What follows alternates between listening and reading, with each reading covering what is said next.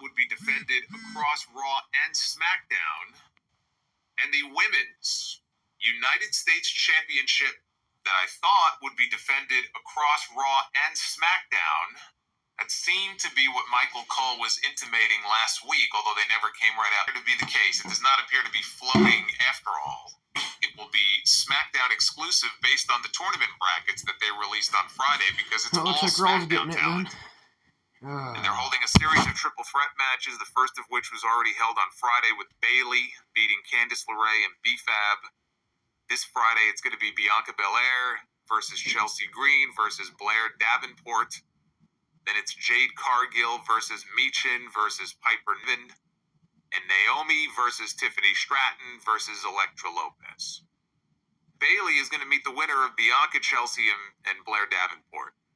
I've got Chelsea Green advancing to the next round.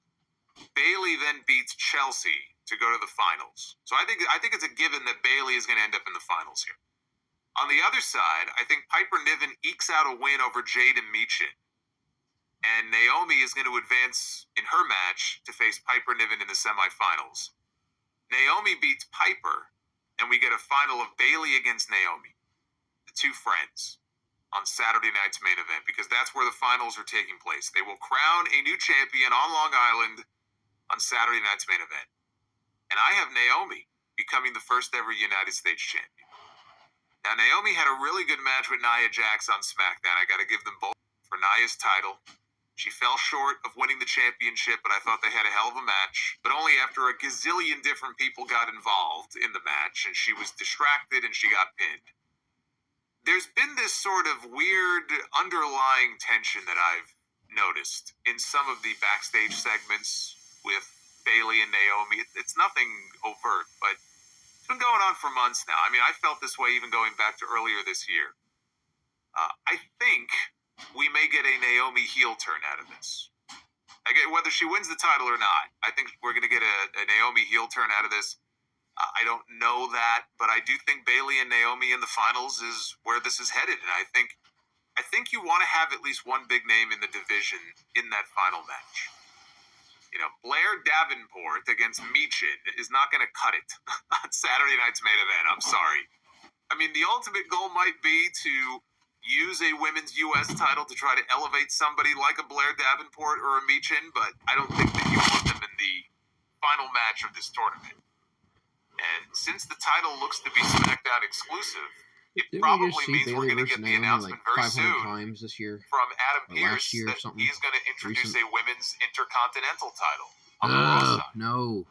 I know it's coming. I would prefer one title that floats, or if you're going to do two titles, two singles titles, then just go ahead and retire the tag team belts, because I think adding mid-card titles is going to render them even more useless than they already are. Mm-hmm. But you know they're not going to do that. Now they're getting Charlotte Flair back soon. I don't know when, but it could be any week. They're getting Asuka back soon. Becky Lynch, very likely on her way back next year. And there's any number of women from NXT that they can call up. They don't even need to wait for the draft. I think when Jordan Grace signs with WWE, and I 100% believe she will, they need to rocket her directly to the main roster. It already feels like she's had her NXT run, even though she hasn't been under contract with them. There's no need for her to go back there. So there should be a lot of fresh faces coming soon. I know it's hard to think of Charlotte or Becky as a fresh face, but that's what happens when you go away for a while. The women's division, though, should be getting a good shot in the arm as far as new talent, returning talent, coupled with what they already have. I mean, it's not like they don't have the talent to make a women's intercontinental title and a women's U.S. title work. I just think to start, you go with one. And maybe they will. Maybe they won't introduce an intercontinental title right away. But you know it's coming. This week, all but confirmed that it's going to happen. Ugh. I had to go into the archives to find these